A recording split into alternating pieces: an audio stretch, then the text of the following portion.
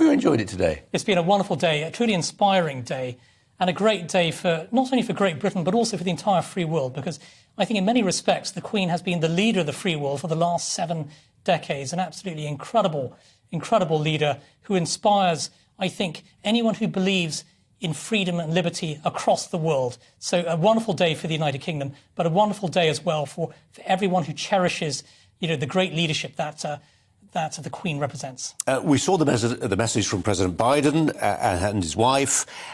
We like to think, don't we, about the special relationship and how the royals are embraced in America. We're going to be talking to our friend in Los Angeles shortly. He'll tell us about the reaction there and the way the media are covering it. What's your sense? Big deal in the States or not? Yes, it's a huge deal. In fact, every major US network is covering the Jubilee celebrations.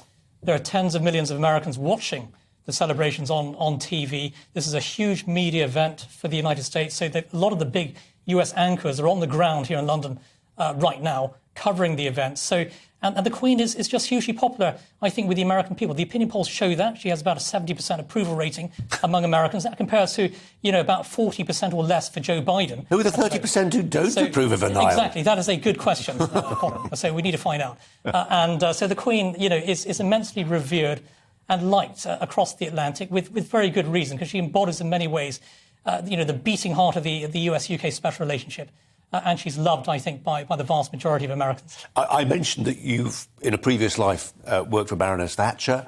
I'm sure you know far better than many people the truth of those rumours that at times they had a fractious relationship, monarch and Prime Minister. What is the truth of it, do you think? Well, so I worked for Lady Thatcher for nearly 3 years in a private office after she was Prime Minister. The reality is that she absolutely adored the monarchy, and the monarchy was hugely important to Lady Thatcher. She had a very close-knit partnership with the Queen, both as Prime Minister and after leaving office. And so the Queen, for example, attended Lady Thatcher's 80th birthday party in 2005. It's unusual, actually, for the Queen to attend birthday parties of, former Prime Ministers. And that was an example of the very close-knit partnership. Also, Lady Thatcher was awarded by the Queen the Order of Merit, December 1990, just a month or so after leaving office. Only 24 people at any one time can actually hold that award. So recipients have included Florence Nightingale, Winston Churchill, for example. And Margaret Thatcher was given that award on the personal advice and decision-making of the Queen.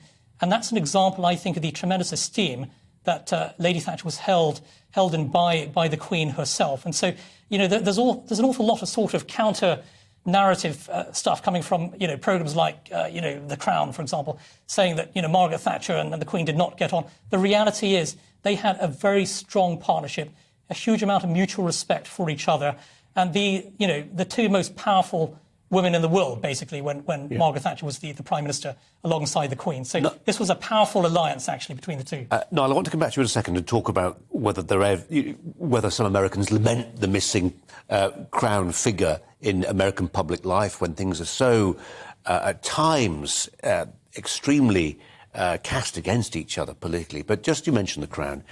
Rafe Edelmank, who's here. People like you get very annoyed at the way that Netflix depicted a living person's reign and some of the inaccuracies. Has it done them more harm than good?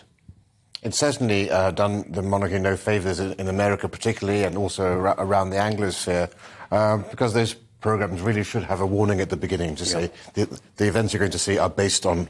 We're almost out of time. No, just to answer that question I posed to you, I mean, do you think when American politics is so toxic, do you get people sometimes thinking, crikey, monarchy's got something to say, a calming effect, stops things becoming too extreme? Yeah, I think so. The Queen is seen as a great uniting force, not only for Great Britain, but also on the world stage as well.